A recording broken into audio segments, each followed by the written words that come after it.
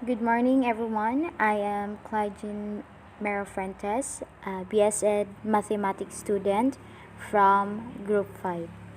So, my topic for this morning is all about forced labor. So, the forced labor was implemented by the Spaniards during the time that they colonized our country because before we are rich in natural and human resources, so that is why they implemented it so they can take advantage of what we have. So, the system of forced labor, otherwise known as polo y servicio in Spanish term, involved within the framework of the Incomedia system, introduced into the South American colonies by the conquistadors and Catholic priests who accompanied them. Encomida system comes from the Spanish word encomendar, which means entrust, and it was employed by the Miguel Lopez de Legazpi to organize the new Spanish colony, which is our country, the Philippines. Forced labor. Polo y servicio in Spanish term is the forced for 40 days of men ranging from 16 to 60 years of age who were obligated to give personal services to community projects. So, kinakailangang magtrabaho ng mga kalalakihan noon if they reach the age of 16 above and 60 below. Then they need to render 40 days service in the government a year. So in 1884, labor was reduced to 15 days. So instead of 40 days, naging 15 days na lang siya. The polo system was patterned after the Mexican repartimento, the selection of forced labor. Polo. It refers to the community work. Polastas, the natives who rendered forced labor.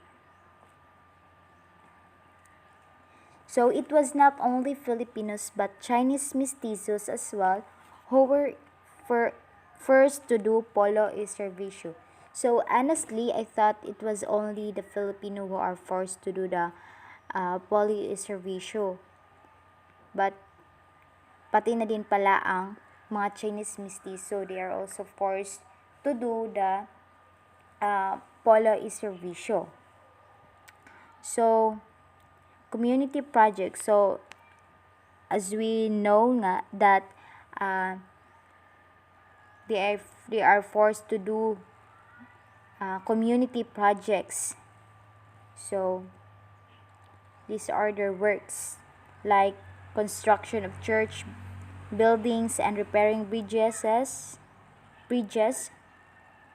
cutting timber in the forest, working in the shipyards, working in the arsenal, serving as mercenary soldier, rowers for the galleon trade, and working in the mines. So, mabibigat talaga yung mga trabaho nila. Next is, so, aside from that, you can be exempted to do the forced labor. So, by paying a fee, which is fala. Fala is a fee to be paid to be exempted from forced labor, which was the equivalent of 1.5 reals per day. So, para maging exempted ka sa forced labor, so kailangan mong magbayad ng 1.5 reals per day. Also, if you are a local officials and school teachers, you will be exempted by law from polo because of their services to the state. So, mostly yung naging exempted sa forced labor is yung mayayamang mga tao, the rich Filipino, because yun na nga kasi mayaman sila, so afford nila yung magbayad ng 1.5 reals per day. So usually yung mga polestas is yung mga mahihirap na tao na hindi afford yung 1.5 reals per day. But aside from that is may mga ano pa rin naman, may mga Pilipino pa rin naman na nagbabayad ng FALA. But there's a but kasi they are still included in the list to do the forced labor. Yes. Kahit na nagbayad sila, is sinasali pa rin sila sa listahan ng mga manggagawa. And then the FALA, yes, the FALA is one of the sources of the corruption before. Kasi 'di ba, yung mga binabayad nila, yung pera na binabayad nila para maging exempted sila sa forced labor is binubulsa ng mga opisyales. Kaya source of corruption. Next is condition for forced labor. That the Filipinos to be drafted for work must be paid for their work. That the Filipino laborer should not be made to work in distant places where they could not return to their families. That the drafting of laborers should not coincide with planting and harvest seasons. That men who are physically incapable should not overwork. That forced labor should be resorted to only in cases of absolute necessity. That the number of laborers drafted should be diminished as soon as laborers from other countries had volunteered to work. So, but then this conditions for forced labor ay hindi nasunod. Yes.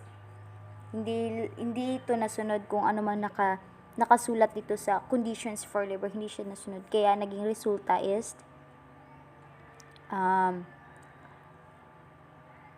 Filipinos were not paid for their wages. So hindi sila nababayaran.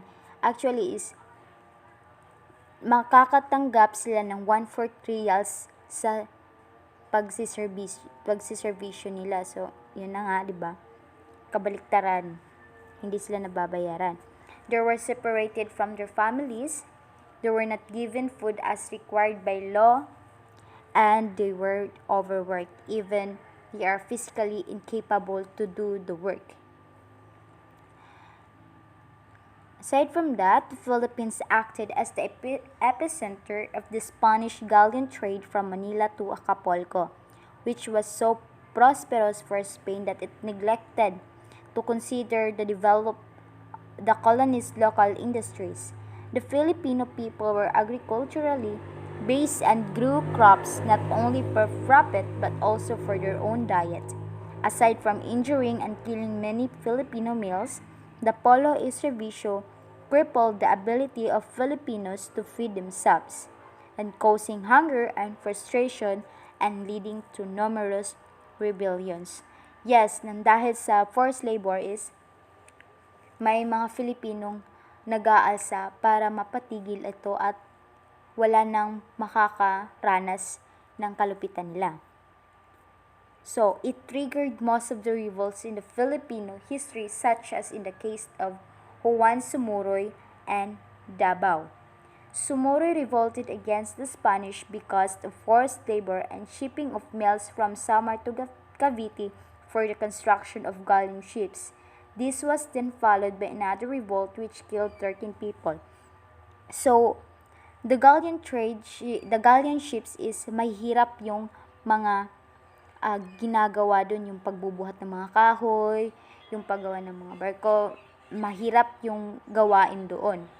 So, if you are confused was Juan Sumuroy, so Juan Sumuroy was a Filipino hero and waray leader of the Sumuroy Rebellion, a rebellion of native Filipinos against colonial forces that occurred in the eastern Visayas. So, That's all, and thank you for listening.